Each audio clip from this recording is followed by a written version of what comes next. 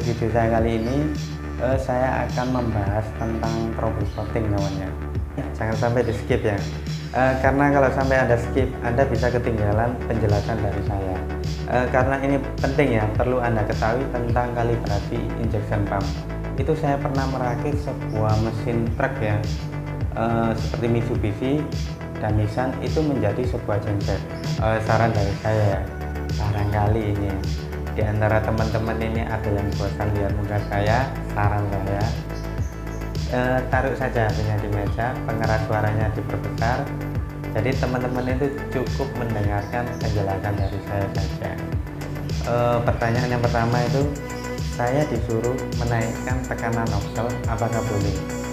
Untuk pertanyaan yang kedua, kenapa mesin saya berasap padahal timing itu sudah saya coba turunkan dan saya coba untuk naikkan, tetapi hasilnya tetap berasap. Untuk pertanyaan yang ketiga tentang timing, apakah tidak berpengaruh pada timing? Ini namanya timing individu kawan. Jadi Anda harus melakukan kalibrasi pada bagian timing individu. Dalam hal kalibrasi itu ada dua, kalibrasi CC sama kalibrasi timing.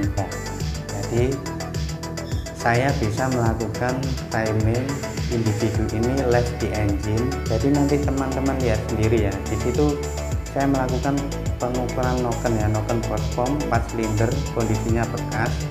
Di situ saya ukur gulukannya, itu ada yang bagus, ada yang sedang, ada yang jelek. Itu nanti teman-teman lihat sendiri.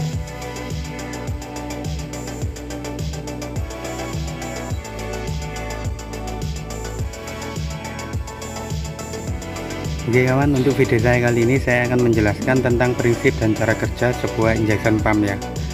Perhatikan ini kawan ya, 1 2 3 ini A, 1 2 3 B, ini pipanya lari ke sini. Assalamualaikum warahmatullahi wabarakatuh, salam mekanik, salam cari teknik. Ketemu lagi dengan channel saya Engine Genset 86. Sebelumnya saya ucapkan terima kasih banyak buat teman-teman semua atas waktunya sudah berkunjung ke channel saya Engine Genset 86.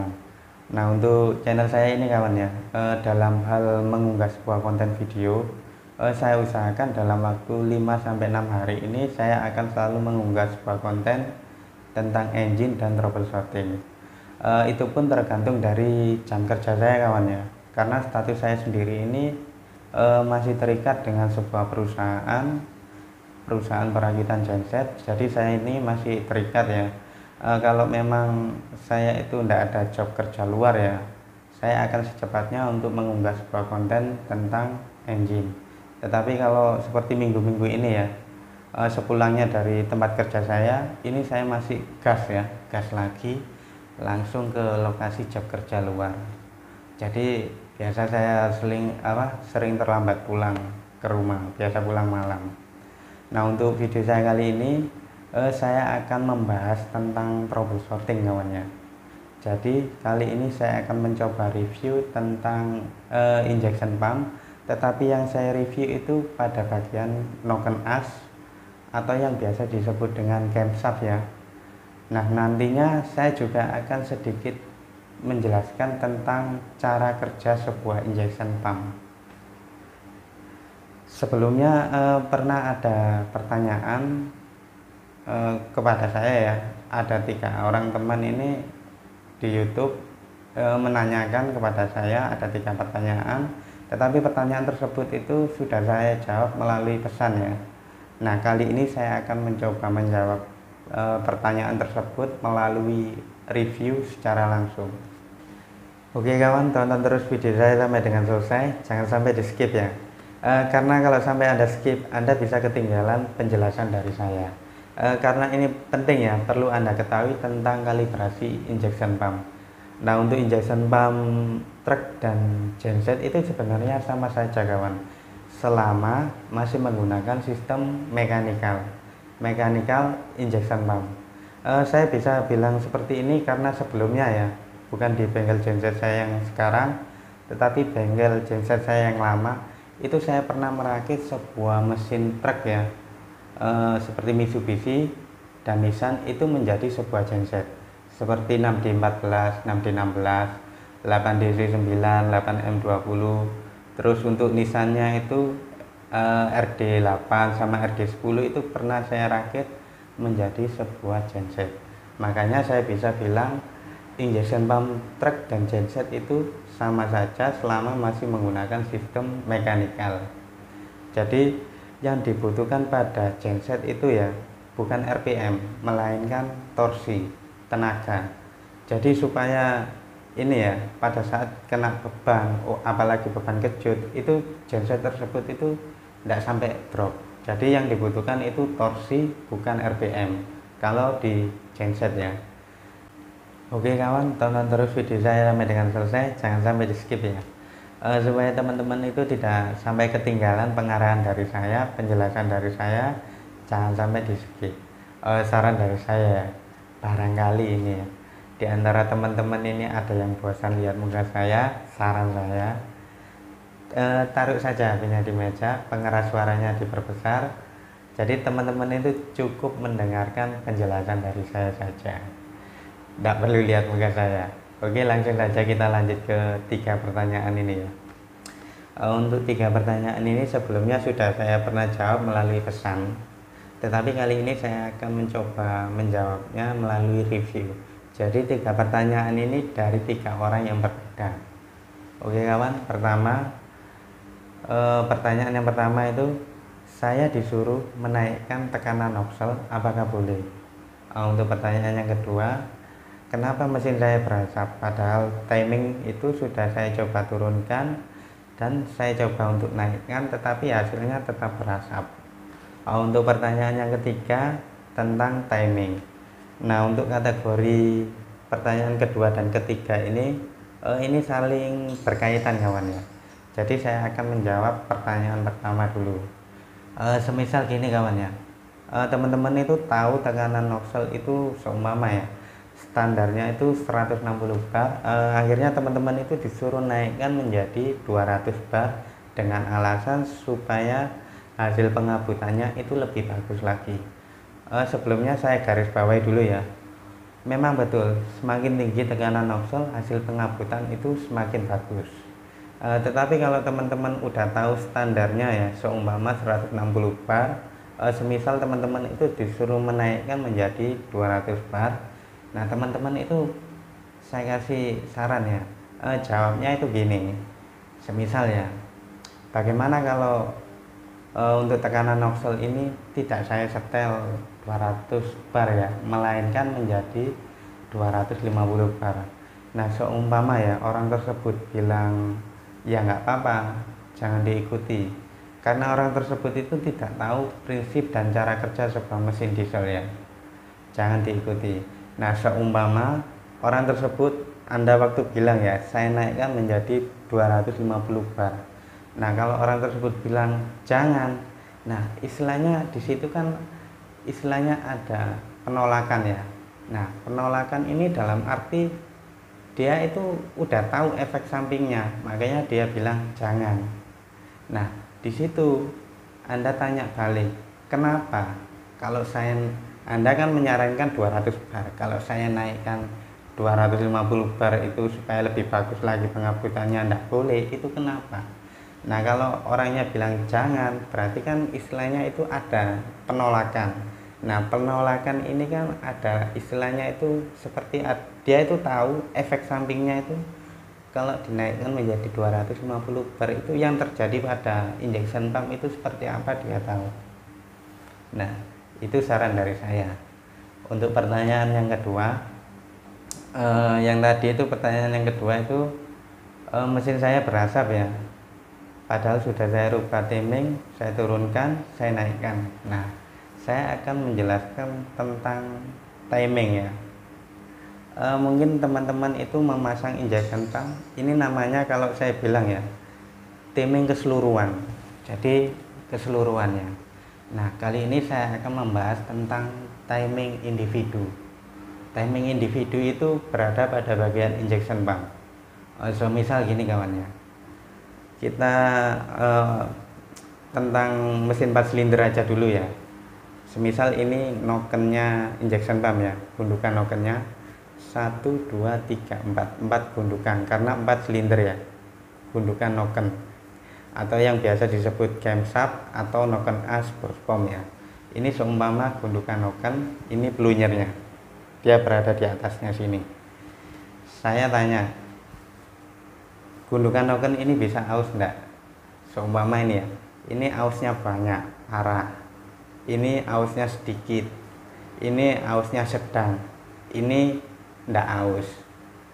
Nah, di antara 4 gundukan noken yang mendorong pelunyer ini, apakah tidak berpengaruh pada timing? Ini namanya timing individu kawan ya, beda. Kalau teman-teman pasang bospom itu namanya timing keseluruhan.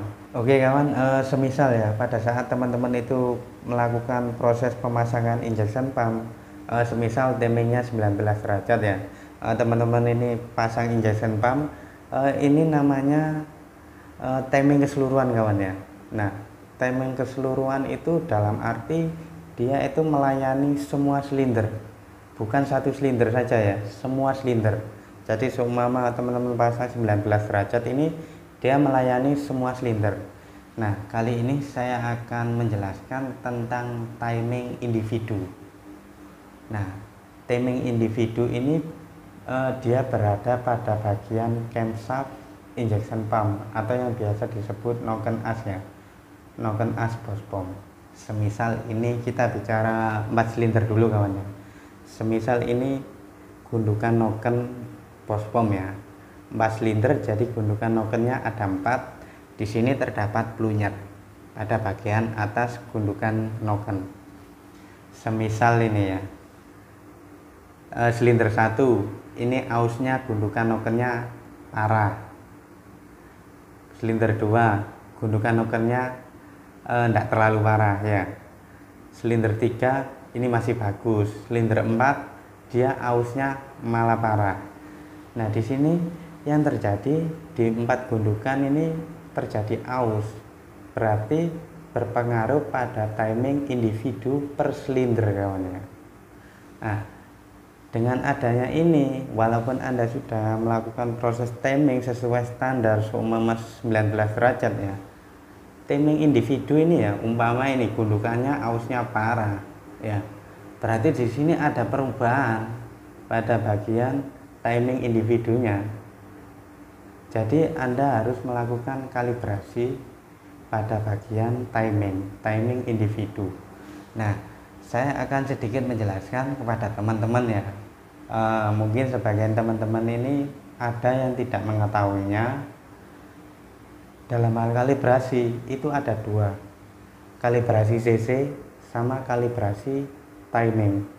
Nah, kalau kalibrasi CC itu umum kawan ya, itu biasa kalau teman-teman melakukan penggantian pelunyer itu meliputi kalibrasi CC, jumlah CC. Nah, kalau kalibrasi timing ini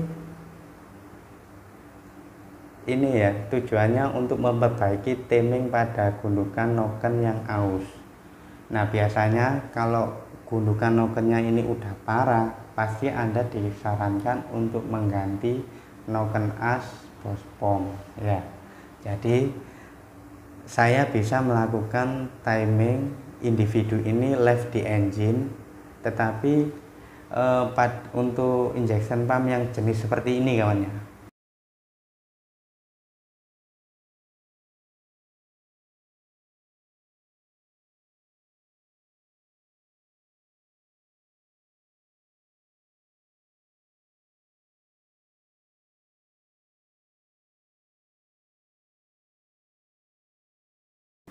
dia ada bautnya seperti ini, itu saya bisa melakukannya live di engine ya. Nah, tetapi kalau bukan jenis yang seperti ini, itu hanya bisa dilakukan di mesin kalibrasi karena prosesnya sangat susah. Oke kawan, untuk teman-teman semua tonton terus video saya sampai dengan selesai, karena nanti ya di akhir video, bukan di akhir video, nanti saya akan melakukan pengukuran ya pada bagian noken. Jadi nanti teman-teman lihat sendiri ya, di situ saya melakukan pengukuran noken ya, noken bospom 4 silinder, kondisinya bekas. Di situ saya ukur gundukannya, itu ada yang bagus, ada yang sedang, ada yang jelek. Itu nanti teman-teman lihat sendiri pada saat saya proses pengukuran menggunakan Sigmat digital ya, bukan Sigmat biasa yang saya gunakan. Sigmat yang bagus. Nggak bisa kalau menggunakan digital kaliper yang biasa,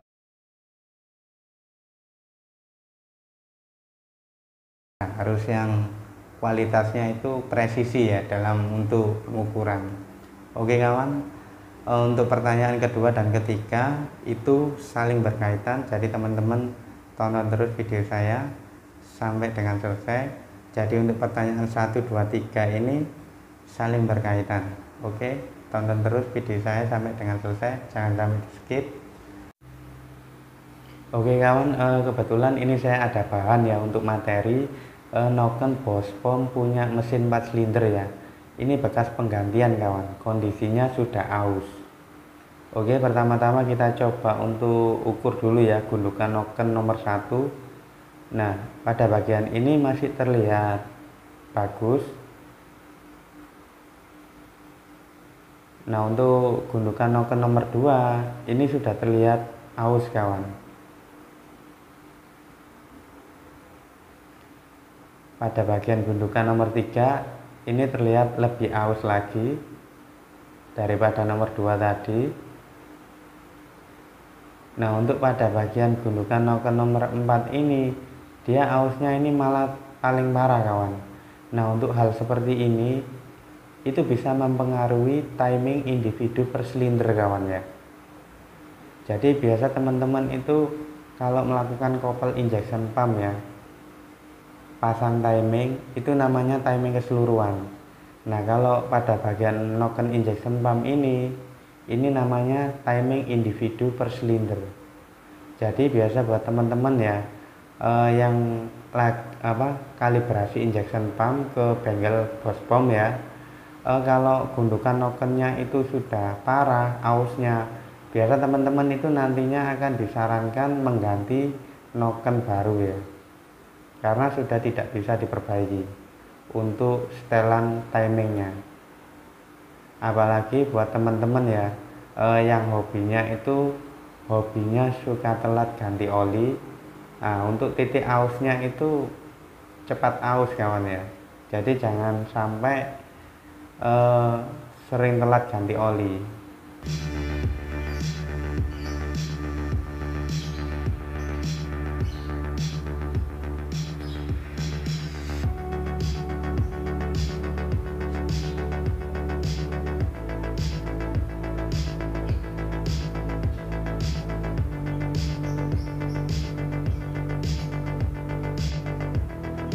Nah, untuk deliver valve holder jenis seperti ini kawan ya, saya bisa melakukan style timing individu left di engine ya. Jadi biasa saya lakukan itu pada saat emergency saja. Jadi kalau tidak bersifat emergency ya saya kirim ya, saya bawa ke bengkel injection pump.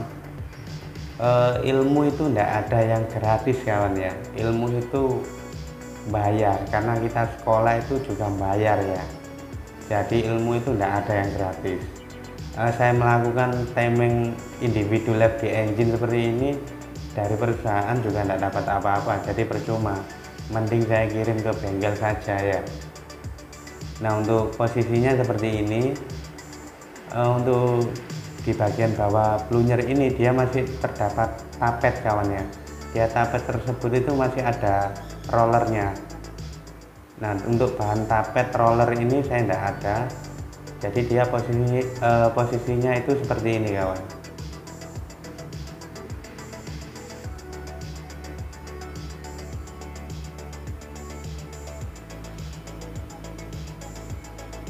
Jadi saya biasa melakukan itu kalau emergency saja, kalau enggak ya saya kirim ke bengkel Bospom.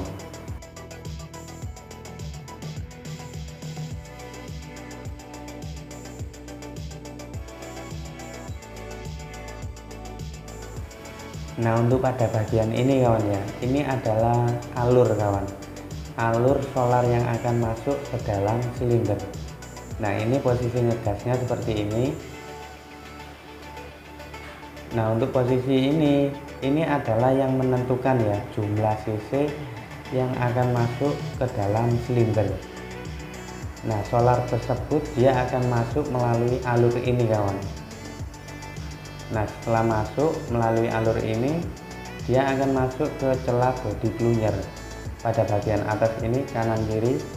Nah, setelah solar masuk ke situ, lalu solar tersebut dipompa ke nozzle. Dari nozzle nantinya itu dia akan masuk ke dalam silinder. Nah, untuk saya sendiri kawan ya, saya sendiri ini bukan orang injection pump, tetapi saya selalu berusaha untuk mempelajari prinsip dan cara kerja sebuah injection pump. Oke kawan, teman-teman tonton terus ya video saya sampai dengan selesai. Nantinya ya di video ini saya akan menjelaskan cara kerja sebuah injection pump. Oke kawan, tonton terus video saya sampai dengan selesai. Oke kawan, untuk video saya kali ini saya akan menjelaskan tentang prinsip dan cara kerja sebuah injection pump ya. Untuk prinsip dan cara kerja sebuah injection pump itu 2 kali putaran engine menghasilkan 1 kali putaran injection pump. Nah, kalau engine tersebut saya putar 1 kali, injection pump ini hanya menghasilkan setengah putaran saja. Jadi prinsip dan cara kerjanya itu 2 kali putaran engine menghasilkan 1 kali putaran injection pump. Injection pump ini cuma menghasilkan setengah putaran saja. Oke, nanti saya akan menjelaskan ya langsung di engine-nya untuk prinsip dan cara kerjanya ya. Ini adalah tipe injection pump mechanical kawan ya. Untuk governornya di bagian belakang itu adalah tipe electrical.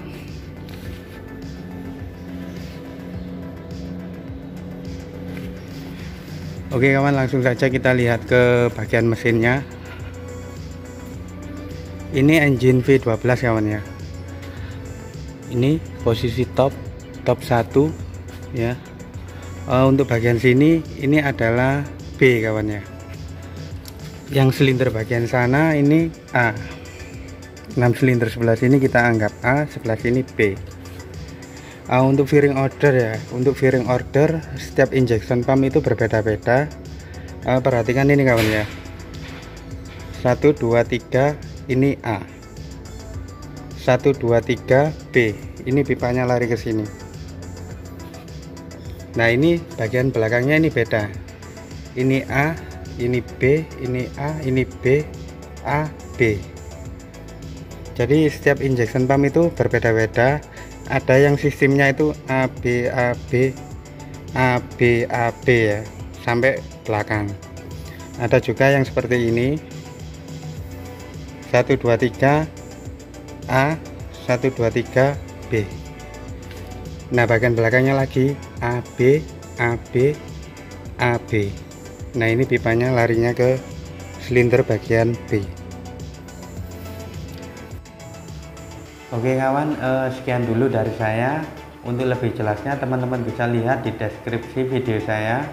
Jangan lupa share, like, dan subscribe-nya. Salam mekanik, salam dari teknik. Wassalamualaikum warahmatullahi wabarakatuh.